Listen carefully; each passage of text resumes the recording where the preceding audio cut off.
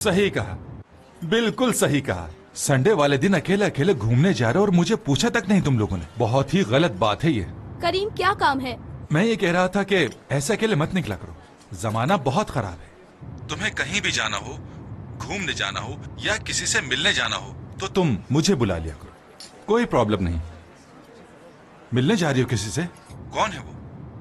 देखो कोई भी हो, तुम उसे ज्यादा लिफ्ट मत कराना। अब मेरी गर्लफ्रेंड को कोई बुरी नजर से देखे मुझे अच्छा नहीं लगता। तुम्हें रोज सुबह सुबह कोई दौरा पड़ता है जो उठकर फोन करके मुझे परेशान करने लगते हो? अरे ये तुम्हारे साथ कौन है? चेहरा साफ नजर क्यों नहीं आ रहा इसका?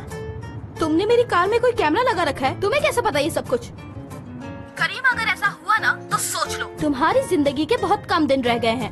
ये कैमरे की क्वालिटी इतनी खराब क्यों हो गई कि साथ बैठा हुआ शख्स नजर ही नहीं आ रहा? मेरे ख्याल में तुम ही मुझे बता दो कि कौन साथ बैठा है जो मुझे।